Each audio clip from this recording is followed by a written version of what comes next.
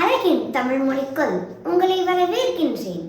நம்ம ஒருத்தவங்கள முதல் முறையா பார்க்கும் பொழுது அவங்க மேல ஒரு அன்போ அக்கறையோ இல்லை அவங்க கூட ரொம்ப நாள் பழகணும் ஒரு உணர்வோ நம்மளுக்கு ஏற்படும்ல.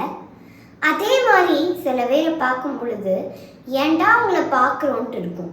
ஒரு விதமான கோபமோ வெறுப்போ என் பயம் கூட வரலாம். இந்த மாதிரி உங்க வாழ்க்கையில நடந்திருக்கா? இப்படி நடந்தா அதுக்கு மூல காரணமா என்ன இருக்குன்றத இந்த கதையில பார்க்கலாமா? கதை சொல்றது ஏன் பொறுப்பு, காட்சிப்படுத்துறது உங்க பொறுப்பு. ஒரு நாட்டை ஒரு ராஜா ரொம்ப சிறப்பான முறையில ஆட்சி செஞ்சுட்டு வந்தாரு.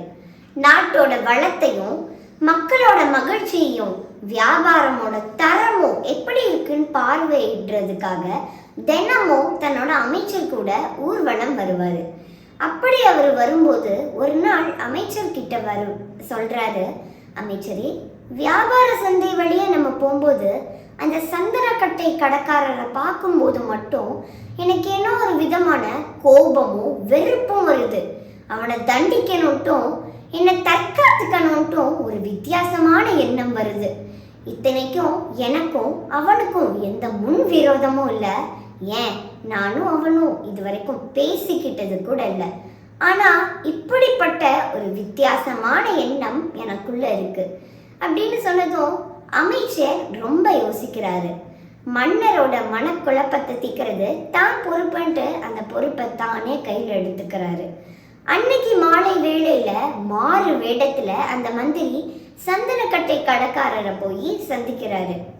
ஐயா, சந்தனக்கட்டைகள்னா நல்ல தரமானதா, ரொம்ப நாள் உழைக்குமா, வாசனை ரொம்ப நாளைக்கு அப்படியே இருக்குமா அப்படின்னு கேட்டதும் அந்த கடைக்காரர் சொல்றாரு, கண்டிப்பா ஐயா, இங்க சுற்றியுள்ள கிராமங்கள் எல்லாத்துலயுமே என்னோட சந்தனக்கட்டைகள் தான் இருக்கிறதுலே சிறந்தது, வாங்கிட்டு போங்க அப்படின்னு சொன்னதும், சரிங்க ஐயா, உங்க வியாபாரம் எப்படி இருக்கு அப்படின்னு கேட்டதும், அதை ஏன் கேட்குறீங்க, நல்ல தரமான சந்தனக்கட்டைகள் இருந்தாலும் நான் முழு உழைப்பு கொடுத்தாலும் என் வியாபாரம் தான் ஆக மாட்டேங்குது அப்படின்னு சொன்னதோட நிறுத்தாம, ஒருவேளை இந்த நாட்டோட ராஜா இறந்து போயிட்டார்னா அவரோட இறுதி சடங்குக்கு அவரை எரிக்க என்கிட்ட இருக்க எல்லா சந்தனக்கட்டைகளையும் வாங்கிட்டு போயிடுவாங்கன்னு அவர் சொன்னதும் மந்திரி சொல்றாரு, ஐயா, என்ன உயர்வா இருந்தா தானே வியாபாரமும் உயர்வா இருக்கும்.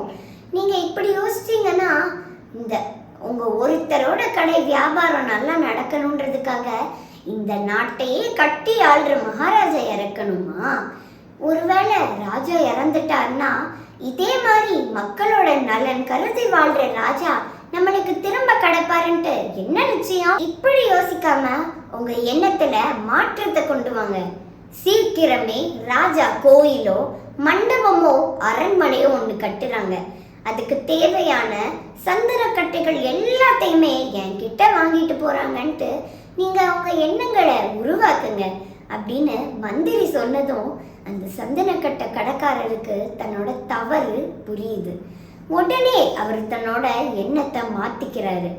ராஜா ஒரு பெரிய கோயிலோ அரண்மனையோ மண்டபமோ கட்டுறாரு.